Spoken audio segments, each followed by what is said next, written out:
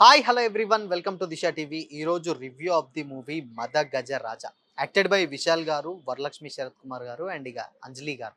So directed by మనందరికీ తెలిసిందే Sundar C గారు. సో ఇక సినిమా విషయానికి వచ్చినట్లయితే సినిమాకి మనం దీనికన్నా ముందు మాట్లాడుకోవాల్సింది, అసలు ఇది ప్రజెంట్ ఇప్పటి సినిమా కాదు, 2012లో రిలీజ్ అవ్వాల్సినటువంటి సినిమా అన్నమాట ఇది.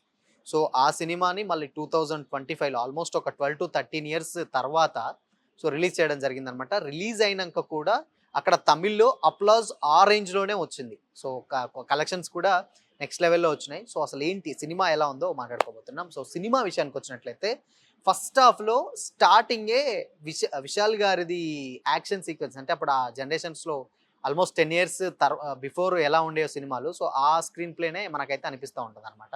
సో మెయిన్‌గా ఫస్ట్ హాఫ్ విషయానికొచ్చినట్లయితే విశాల్ గారు ఒక వేరే వాళ్ళ అంజలి గారు వాళ్ళ ఫాదర్ తోటి ఉండేటువంటి ఒక సీన్ ఉంటుంది. అక్కడి నుంచెల్లి ఆయన రివీలింగ్ అనేది ఉంటుందనమాట. ఆ సినిమా ఫస్ట్ హాఫ్ విషయానికి వచ్చినట్లయితే ఫస్ట్ హాఫ్ చాలా బాగుంటుందనమాట. అంటే నెక్స్ట్ లెవెల్ కామెడీ ఉంటుంది. సంతానం గారు ఉంటారు. మెయిన్‌గా దాంట్లో వన్ మ్యాన్ షో అని చెప్తే సంతానం గారు అని చెప్పొచ్చనమాట. సో ఆయన సీక్వెన్సెస్ ఏదైతే ఉన్నాయో వాళ్ళ అత్తకి, అటు వైఫ్‌కి ఇద్దరికి మధ్య ఆయన ఒక డ్రైవరు. ఆ డ్రైవర్ ఏంటో మీకు మూవీ చూస్తే అర్థమవుతుంది. ఆ డ్రైవర్ సంబంధించినటువంటి దాంట్లో నుంచెల్లి కామెడీ ఎలివేట్ అవుతుంది. అది చాలా అంటే చాలా బావుంటుందనమాట. అండ్ ఇక ఫస్ట్ హాఫ్ కొంచెం ఏంటంటే స్టోరీ కంప్లీట్‌గా ఒక స్కూల్ బ్యాక్‌గ్రాఫ్‌లో స్టార్ట్ అవుతుంది. ఆ స్కూల్‌లో ఉన్నటువంటి స్టూడెంట్సే విశాల్ గారు, ఆయన ఫ్రెండ్సు. ఆయన ఆళ్ళ సార్ కోసం ఏం చేశారనేది కూడా ఫస్ట్ హాఫ్ మొత్తం చూపిస్తారు. ఇక సెకండ్ హాఫ్ విషయానికొచ్చినట్లయితే సెకండ్ హాఫ్‌లో మొత్తం కంప్లీట్‌గా ఫ్రెండ్స్ గురించి ఉంటుంది. ఫ్రెండ్స్ గురించి ఉంటుంది. అసలు ఆ ఫ్రెండ్స్‌కి కొన్ని కష్టాలొస్తే ఆయన ఎలా తీర్చాడు ఏంటనేది సినిమా. సో, ఆ సినిమాని ఎలా ఎంగేజ్ చేశారనేదే మనం చూడాలి. సెకండ్ హాఫ్‌లో మనోబాల గారి క్యారెక్టర్ ఉంటుంది. అసలు ఆయన క్యారెక్టరు, సేమ్ టైమ్ రాజేంద్రన్ గారి క్యారెక్టరు, వీళ్ళిద్దరి కాంబినేషన్‌లో ఒక కామెడీ ఎలివేట్ అవుతుంది. అది మాత్రం టూ గుడ్ అని చెప్పొచ్చనమాట అసలకి. అంటే అటు విలనిజం తోటే ఒక కామెడీ అయితే ఎలివేట్ అవుతుందనమాట. అండ్ ఫస్ట్ హాఫ్‌లో విశాల్ గారికి ఆడ వాళ్ళ ఫ్రెండ్స్‌కి మధ్య ఒక సీన్స్ ఉంటాయి. ఆ సీన్సే అవి చాలా బాగా కామెడీకి వర్కౌట్ చేస్తాయి. ఆళ్ళ ముగ్గురు, నలుగురు ఉంటారు ఫ్రెండ్స్. ఆ నలుగురు మధ్య జనరేట్ అయ్యే సీన్స్ చాలా అంటే చాలా బావుంటాయి. మెయిన్‌గా వన్ మ్యాన్ షో అని చెప్తే ఇందాక మనం అనుకున్నట్టు అటు విశాల్ గారు, ఇటు సంతానం గారు, వీళ్ళిద్దరి కాంబినేషన్‌లో వచ్చేటువంటి సీన్స్ అవి నెక్స్ట్ లెవెల్ అని చెప్పొచ్చనమాట. అంటే మెయిన్‌గా చాలామంది ఏంటంటే కొంతమంది సినిమా విశాల్ గారిది ఫైట్స్ బట్ ఫైట్స్ ఉంటాయి, ఫ్యామిలీ ఉంటుంది, మెసేజ్ ఓరియెంటెడ్ ఉంటుంది, మెయిన్‌గా కామెడీ ఉంటుంది. సినిమా కామెడీ కోసం అయితే డెఫినిట్‌గా 100% ఎళ్లి చూడొచ్చు. అంటే ఇప్పుడు మనం ప్రీవియస్ సినిమాలతో పోలిస్తే ఈ సినిమాల్లో, ఇప్పుడు వచ్చేటువంటి సినిమాలో సంతానం గారి కామెడీ చాలా మనం మిస్ అవుతున్నాం. బట్ ఆ సినిమాని ఇందులో అయితే ఓవర్‌కమ్ చేసేసాడని చెప్పొచ్చు. అంటే అప్పుడు మేబీ అది అప్పుడు ఎందుకు రిలీజ్ అవ్వలేదో తెలీదు కానీ, ఇప్పుడు 2025లో రిలీజ్ అయినా గానీ అలా అంత బాగా వర్కౌట్ అయింది. సో, సినిమా లాజికల్‌గా పక్కన పెట్టి చూస్తే ఒక గుడ్ స్టోరీ, ఒక మంచి స్టోరీ.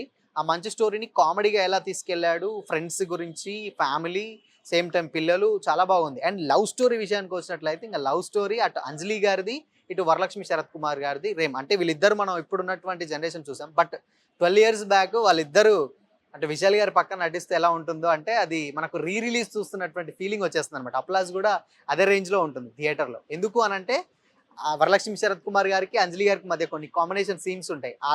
వీళ్ళిద్దరికీ కామన్‌గా విశాల్ గారికి కొన్ని సీన్స్ ఉంటాయి. ఆ సీన్స్ అన్నిటిని కలిపి చూస్తే బావిలో ఒక సీన్ ఉంటుంది.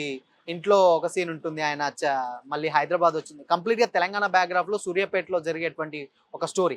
సో, ఆ స్టోరీని కంప్లీట్‌గా సుందర్ సి గారు చాలా అంటే చాలా బాగా ఎంగేజింగ్‌గా చాలా కనెక్ట్ చేశారని చెప్పొచ్చు. ఓవరాల్‌గా సినిమా ఒక మంచి కంప్లీట్ ఫ్యామిలీ ఎంటర్‌టైనర్ అని చెప్పొచ్చు. ఈవెన్ తమిళ్‌లో రిలీజ్ అయ్యి సమ్ కొన్ని కోట్లయితే కలెక్ట్ చేసింది. 12 ఇయర్స్ తర్వాత రిలీజ్ అయినా గానీ, ఇప్పుడు మళ్ళా దాన్ని తెలుగులో రిలీజ్ చేశారు. తెలుగులో గూడా చాలా అంటే చాలా మంచి అప్లాజ్ వస్తుంది. డెఫినిట్‌గా మనం తెలుగులో సంక్రాంతికొచ్చినటువంటి సినిమాల్లో 'సంక్రాంతికి వస్తున్నాం' సినిమా ఎలా ఉందో, అక్కడ 'మదగజ రాజా' సినిమా గూడా అలా ఉంది. ఫ్యామిలీ ఆడియన్స్, ఎస్పెషల్లీ కామెడీ కోరుకునే వాళ్ళు ఎవరన్నా ఉంటే నిజంగా నవ్వి నవ్వి చచ్చిపోవచ్చనమాట. కామెడీ కోసం డెఫినిట్‌గా 'మదగజ రాజా' సినిమాని మస్ట్ వాచ్ అని చెప్పొచ్చనమాట. సో, ఓవరాల్‌గా సినిమా ఒక family entertainer and same time ఒక మంచి మెసేజ్ ఓరియెంటెడ్ మూవీ గూడా ఉంది. అండ్ మ్యూజిక్ విషయానికొచ్చినట్లయితే మ్యూజిక్‌లో విశాల్ గారు ఒక సాంగ్ పాడారు.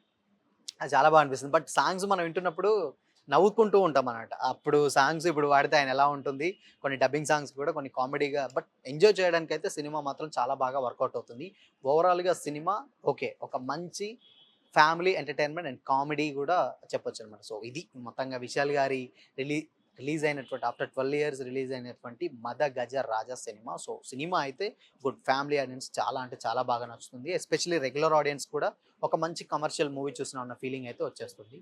సో డెఫినెట్గా ఫ్యామిలీతో చూడాలంటే మద గజ రాజా డెఫినెట్గా వాచ్ చేయొచ్చు అనమాట. సో ఇది ఇవాళ రివ్యూ. మరో రివ్యూతో మళ్ళీ కలుసుకుందాం. Until then keep watching. This is Shyam signing of.